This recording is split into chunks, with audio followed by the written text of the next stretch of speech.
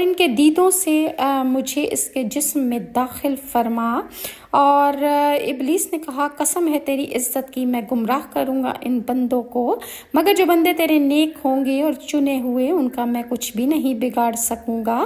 تب اللہ تعالیٰ نے حضرت آدم علیہ السلام پر نیند کا غلبہ ڈال دیا اور وہ ایسے سوئے کہ نیند آئی اور پھر بیدار نہ ہوئے۔ اس صورت میں اللہ تعالیٰ نے جبرائیل سے ایک ہڈی بائیں پہلو سے حضرت آدم کی نکلوائی اور اس سے ان کو ذرا بھی کوئی تکلیف نہ پہنچتی۔ اگر انہیں تکلیف پہنچتی تو پھر ہرگز مردوں کے دلوں میں عورتوں کی محبت نہ ہوتی۔ اس ہڈی سے حضرت حوا کو اللہ تعالیٰ نے بنایا۔ خوبصورتی، نیک روئی، ملاحت، حسن و جمال اور جو کچھ خوبیاں جہاں کی عورتوں میں تھیں، تمام تر خوبیاں اور خوبصورتی اللہ تعالیٰ نے حضرت حوا کو بخشی، اور ان کی شرم و حیا، مہر و شفقت